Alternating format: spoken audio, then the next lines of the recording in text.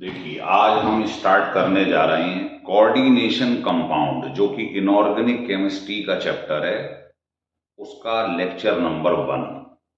इसमें हम आपको टाइप ऑफ सॉल्ट्स बताएंगे, जो बहुत ही इंपॉर्टेंट है और जो बच्चे इसको ढंग से जानते नहीं। और ये चाहे 12th हो, कंपटीशन में चाहे नीट हो, जेई हो, सबके लिए बहुत इंपॉर्टेंट है। इसमें हम टाइप ऑफ सॉल्ट पढ़ेंगे। चैप्टर का नाम है कोऑर्डिनेशन कंपाउंड और ये हमारे यूट्यूब चैनल का नाम है, जिसके अंदर बहुत सारी आपको शॉर्टकट कीज मिलेगी। तो देखिए, टाइप ऑफ सॉल्ट, तो पहले हम समझ लें सॉल्ट कितने टाइप के होती है। तो पहला पढ़ेंगे नॉर्मल सॉल्ट, दूसरा होता है एसिडिक सॉल्ट, तीसरा बेसिक सॉल्ट, फोर्थ होता है mixed salt, next double salt, और लास्ट होता है कॉम्प्लेक्स सॉल्ट, जिसको हम कोऑर्डिनेशन कंपाउंड जो लिखा है इसी के बारे में हम पढ़ेंगे। लेकिन आपको पहले सारे सॉल्ट्स के बारे में हम बता दें एक एक करके। तो डिस्कशन स्टार्ट करते हैं। पहला, नॉर्मल सॉल्ट या इसको न्यूट्रल सॉल्ट भी कहते हैं। ये कब बनता है? जब जितने एसिड के एचाइन है सारे बेस के ओ एच आइन से निकल जाएं, है ना। तो it is formed by complete replacement of H ions with the O H ions of base. तो पहले डेफिनेशन लिखेंगे, it is formed by complete replacement of H ion of an acid। Acid के जो H आइन है सारे के सारे वो निकल जाएं किससे? विद, लिख लो, द OH आइन ऑफ बेस। इससे जो बनेगा वो कहलाएगा नॉर्मल सॉल्ट। जैसे आपने मान लो H2SO4 का रिएक्शन बेस पे करवा दिया, तो पहले ये देखो इसके अंदर कितने H आइन है, इसकी बेसिसिटी कितनी, कितने H निकाल सकता है। तो अगर ये दोनों के दोनों H आइन निकाल दे एसिड, कंप्लीट रिप्लेसमेंट, तो समझ लेना जो सॉल्ट बनेगा वो न्यूट्रल या नॉर्मल होगा। तो इसमें दो H हैं तो दो OH ले लो, तो H OH लेके बाहर निकल जाएगा दो। तो ये जो सॉल्ट बनेगा ये नॉर्मल सॉल्ट है। जैसे एक एग्जाम्पल और ले लें, ये ऑर्थोफॉस्फोरिक एसिड, आपने इसका रिएक्शन करवा दिया सर NaOH, तो आप देखो इसमें कितने H रिप्लेसेबल हैं जो बाहर निकल सकते हैं? 3, इसकी बेसिसिटी 3 है। तो अगर तीनों H बाहर निकल जाएं बेस के संग, तो ये 3 H हैं, 3 ये दे दो, 3 वाटर निकल। तो जो सॉल्ट बनेगा ये कहलाएगा नॉर्मल सॉल्ट। तो ये देख लिया करो एसिड की बेसिसिटी कितनी है, वो सारे के सारे H इसमें से निकल जाए, तो ये नॉर्मल सॉल्ट होता है। हो रहा है यहां तक क्लियर? अब हम आपको पढ़ाएंगे एसिडिक सॉल्ट क्या होता है, इसे लिख लो पहले।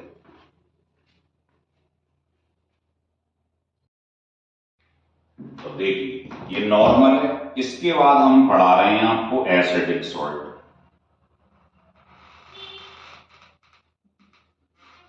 इसमें क्या होता है? कंप्लीट की जगह बस पार्शियल ले लो। It is formed by partial replacement of H ion of an acid with OH ion of base। मतलब इसमें कंप्लीट रिप्लेसमेंट हो रहा था एचाइन का, इसमें पार्शियल हो रहा है। इससे जो बनेगा वो कहलाएगा एसिडिक सॉल्ट। देखो कैसे मैं समझा रहा हूं।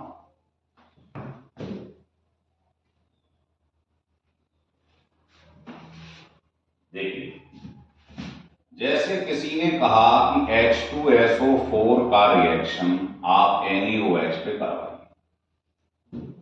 अब आपको मालूम है इसकी बेसिसिटी 2 है, मतलब इसमें से 2 रिप्लेसेबल HA निकल सकते हैं।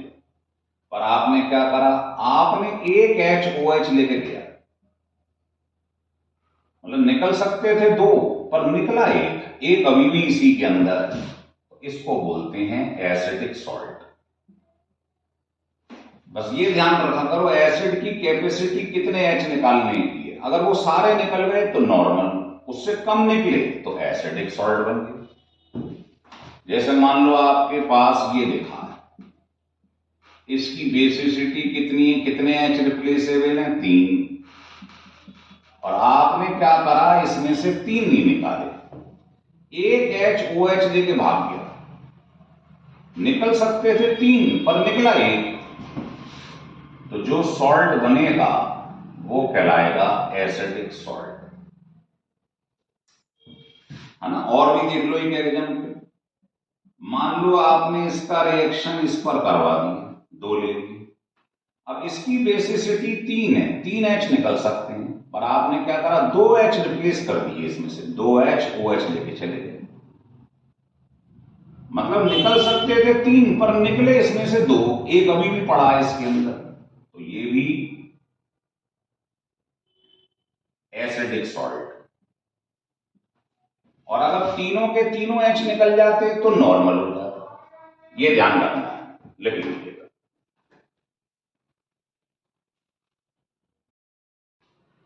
आ गया समझ में। अब एसिडिक सॉल्ट में आपको और डिटेल में ले जाता हूं। अब तक हमने पढ़ लिया नॉर्मल सॉल्ट और एसिडिक सॉल्ट। मान लीजिए पेपर में कुछ एग्जाम्पल लेके चल रहा हूं, लेकिन उससे पहले ये समझाऊंगा, यहीं पे सबसे ज्यादा गड़बड़ होती है। ये आपने 3 एसिड्स ले ली, देखने में तो ऐसा लगता है कि इसकी बेसिसिटी 3 है, 3 H निकल सकती है, इसकी भी बेसिसिटी 3 है, इसकी भी, पर ऐसा होता नहीं। स्ट्रक्चर बना के देखिए। तो पहले सरल तरीका ये ऐसे लिख के बैठ जाए, फास्फोरस के पसंद 5 होती हैं, बॉन्ड बना लीजिए। अब देखो इसमें से एक O हट गया तो 3 O बचे, 3 H बचे, तीनों पे लगा। तो जितने O के संग H होते हैं वही रिप्लेसेबल होते हैं। तो ऐसे कितने हैं, 3। तो इसकी बेसिसिटी 3 है, ये 3 H निकाल सकता है। इसको बनाएं,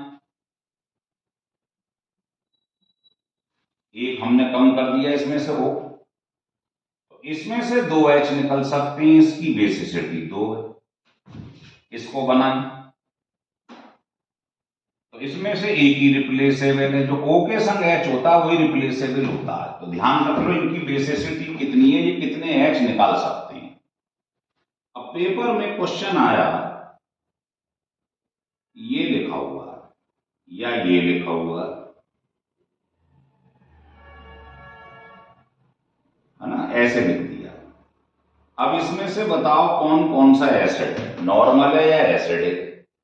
तो आप कुछ मत करा करो, ये देखा करो पीछे PO4 लिखा है, और जितने मेटल हैं सोडियम वो हटा के H लगा दो।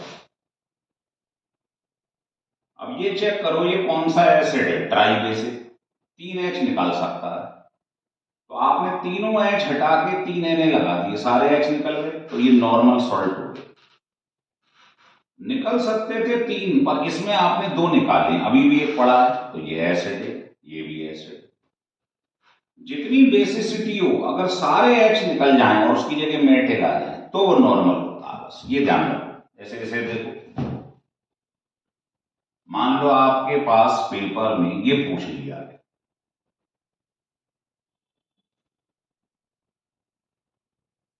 अब बताइए इसमें क्या कहना चाहती हैं आप।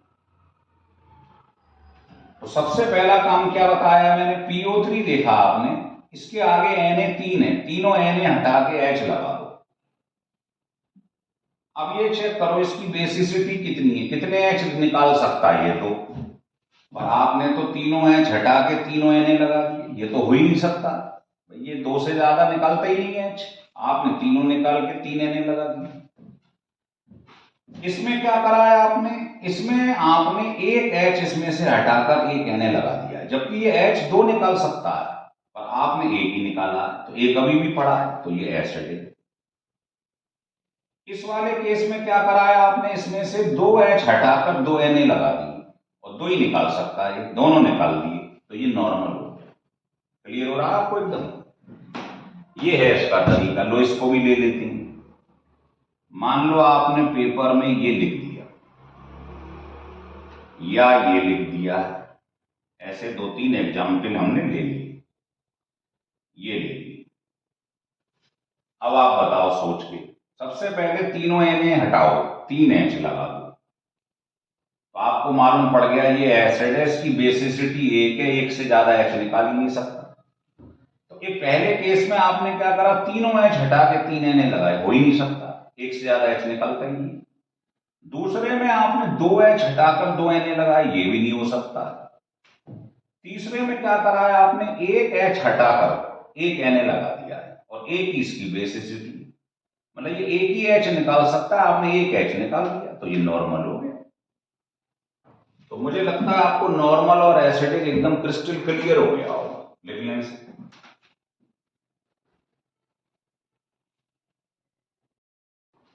ठीक है, अब आपको तीसरा सॉल्ट बताते हैं, basic salt.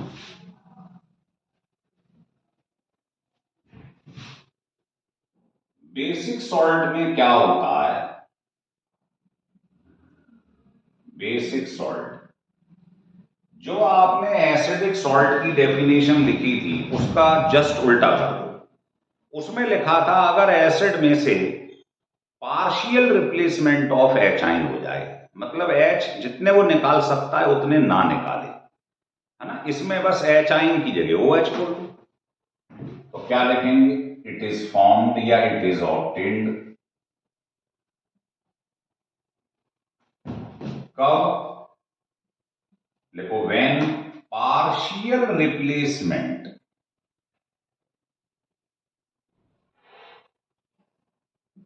of OH ions of base, मतलब वहां एचाइन ऑफ एसिड था, इसमें OH ion ऑफ बेस, किससे, विद एचाइन ऑफ एसिड, है ना, ये सही लिखने से। चलिए, जैसे देखिए ये आपके पास मैग्नीशियम हाइड्रोक्साइड है, आपने इसका रिएक्शन इस पर करवा दिया। अब आप जानते हो इसमें से 2 H बाहर निकल सकते हैं, इसकी एसिडिटी जो है वो 2 है। एसिडिटी मतलब नंबर ऑफ रिप्लेसेबल OH, तो ये 2 OH निकाल सकता है पर निकालेगा नहीं, पार्शियल रिप्लेसमेंट। तो इसने क्या करा, एक OH एक एचाइन लेके वाटर की फॉर्म में रिप्लेस हो गया। निकल सकते थे 2 पर निकला एक, इसी को कहते हैं जो बनेगा वही है क्या, बेसिक सॉल्ट। लेकिन कभी कभी आपके संग ऐसा भी होगा, देखो ये है एंटीमनी हाइड्रोक्साइड, आपने इसका रिएक्शन एसिड पर करवाया, तो इसकी एसिडिटी 3 है, ये 3 OH रिप्लेस कर सकता है, लेकिन 3 करे नहीं, 1 करा इसने, तो बताइए ये बन गया। तो आपसे कोई पूछे ये क्या है, तो आप कहेंगे बेसिक सॉल्ट, लेकिन आप जानते हो एक एलिमेंट के संग 1 से ज्यादा OH आ जाए तो ये अनस्टेबल हो जाता है, पढ़ा है आपने, तो ये तुरंत वाटर लूज कर देता है स्टेबल होने के लिए। तो हमारे पास ये बन गया, तो इसको भी आप बेसिक सॉल्ट ही बोलेंगे, इसको बोल लो या इसको बोल लो, पर ये एग्जिस्ट नहीं करता है क्योंकि एक एलिमेंट पे 1 से ज्यादा OH आ गए, अनस्टेबल हो चुका है, ठीक है ना। तो ये ध्यान रख लो, कई मन में सोचो अरे इसमें तो OH था इसमें नहीं, पहले समझ लो ये भी बेसिक सॉल्ट है। और अगर इसमें मैं ऐसा कर दूं बिस्मिथ लिख दूं मान लो, तो वही होगा, ये बन जाएगा। तो ये भी क्या है, बेसिक सॉल्ट है।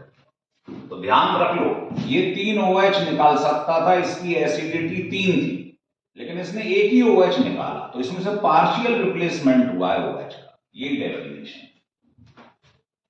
लेकिन अब हम पढ़ने जा रहे हैं देखो मिक्स्ड सॉल्ट।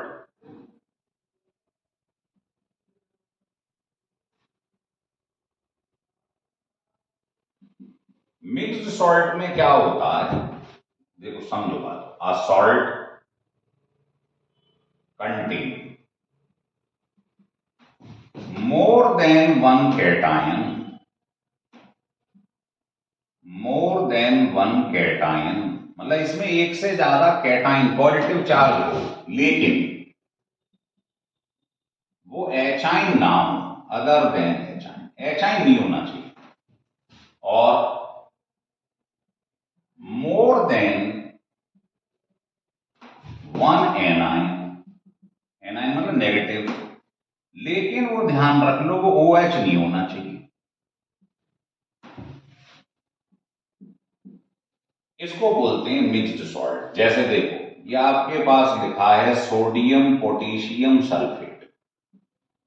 अब आप देख रहे हो इसमें एक से ज्यादा कैटाइन है, लेकिन वो एचाइन नहीं, एक से ज्यादा एनाइन है, लेकिन ये OH नहीं। तो सोडियम पोटेशियम सल्फेट इसको बोलेंगे मिक्स्ड सॉल्ट। और देख लो ये ब्लीचिंग पाउडर है ना, ब्लीचिंग पाउडर। तो आप देख रहे हो एक से ज्यादा एनाइन है, लेकिन ये OH नहीं, एक से ज्यादा कैटाइन है, लेकिन ये एचाइन नहीं। तो इस ब्लीचिंग पाउडर को हम क्या बोलेंगे, मिक्स्ड सॉल्ट। लेकिन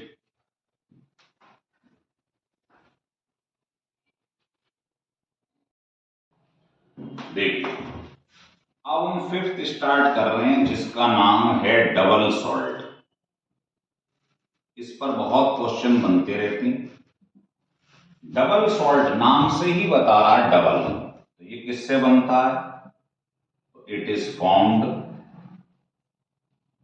बाय 2 नॉर्मल सॉल्ट। जो सबसे पहला पढ़ा था आपने नॉर्मल सॉल्ट, तो जो 2 नॉर्मल सॉल्ट से मिलकर बनता है उसे डबल सॉल्ट कहते हैं। इसके एग्जाम्पल बहुत इंपॉर्टेंट है। पहला FeSO4 अमोनियम सल्फेट .6H2, इसको मोहर सॉल्ट कहते हैं, कई बार पेपर में पूछा जा चुका है। अब देखो ये कौन है, नॉर्मल सॉल्ट, ये कौन है, नॉर्मल सॉल्ट, इसको पानी में मिला दिया। ऐसे ही ये सुनना हो आपने, इसका नाम है पोटाश एलम। ये कंपोजिशन याद रखना, ये भी कई बार जेई में पूछा जा चुका है। पोटाश एलम बोर्ड में तो आता ही आता। और अगर मैं यहां पर एल्यूमिनियम की जगह क्रोमियम लिख दूं तो इसको बोलते हैं क्रोम एलम। तो ये देखो आप, ये क्या है, 2 नॉर्मल सॉल्ट, ये क्या है, 2 नॉर्मल सॉल्ट। तो जब 2 नॉर्मल सॉल्ट को मिलाकर बनता है उसे डबल सॉल्ट कहते हैं। ये एग्जाम्पल जरूर याद रखना, कई बार पूछे गए। अब हेडिंग डाल दो 6th,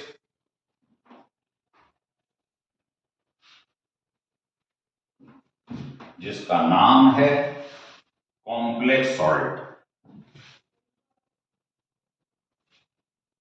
देखिए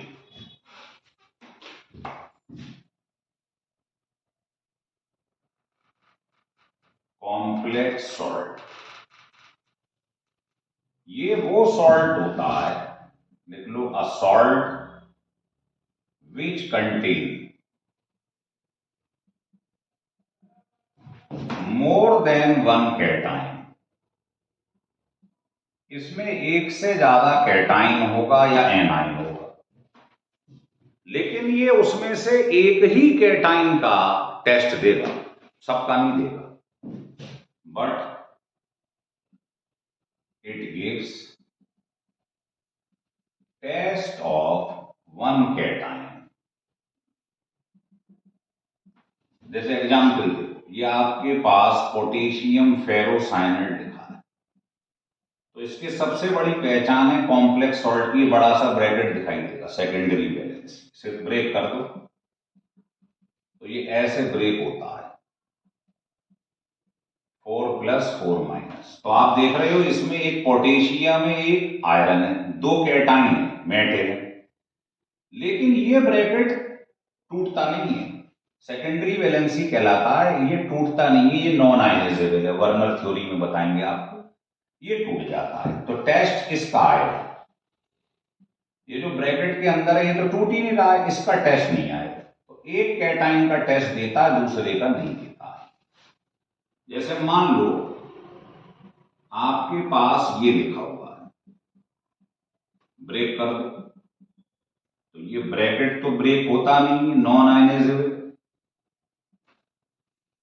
तो आप देखोगे दो मेटल थे, पोटेशियम और सिल्वर, तो जो बाहर वाला टूट गया है इसका टेस्ट आ जाएगा, पोटेशियम का टेस्ट देगा ये, इसका टेस्ट नहीं देगा, तो यही कहलाता है कॉम्प्लेक्स सॉल्ट। इसकी सबसे बड़ी निशानी है ये बड़ा सा ब्रैकेट दिखाई देगा इसके अंदर। तो मुझे लगता है आपको 6 सॉल्ट एकदम क्रिस्टल क्लियर हो गए होंगे, अगर हम स्टिल करके इसे 2-3 बार पढ़ें तो आप कभी भी इसमें धोखा नहीं खा सकते, है ना। तो मैं कुछ एग्जाम्पल लेता हूं सबको मिक्स करके, यहां ले लेते हैं। तो एग्जाम्पल ये हैं जो आप बताएंगे कि जैसे मान लो हमने यहां 6-7 एग्जाम्पल ले लिए। पहला ये ले लिया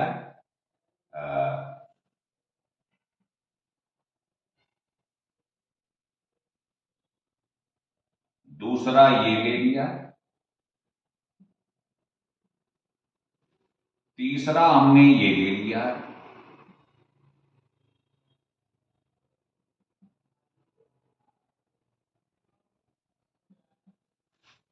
फोर्थ हमने ये ले लिया, ऐसे ही बना दिया है हाइपोथेटिकल, ये मान के चलो आप।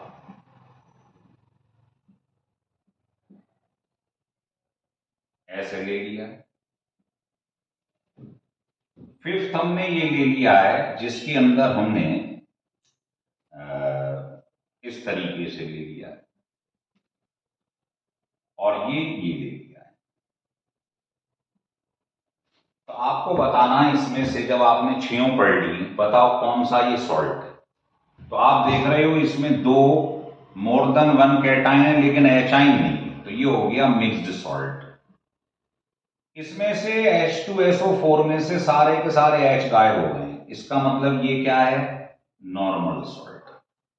और जिसमें ये बड़ा ब्रैकेट दिखाई देता अभी बताया था, कॉम्प्लेक्स सॉल्ट। और 2 नॉर्मल सॉल्ट आ जाए तो क्या कहलाएगा, डबल सॉल्ट।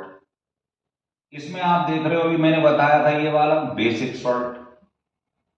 और इसमें भी देख रहे हो, पहले सबको हटा दो, H ले लो, H3PO4 ट्राई बेसिक होता है, और तीनों H निकाल दिए तो ये नॉर्मल हो जाए। तो इस तरीके से आप इसकी प्रैक्टिस कर लीजिएगा। अगर आपको ये वीडियो अच्छा लगा हो तो इसको सब्सक्राइब और लाइक जरूर करो। फिर हम लेक्चर नंबर 2 कोऑर्डिनेशन का बनाएंगे जिसका नाम है वर्नर्स पोस्टुलेट।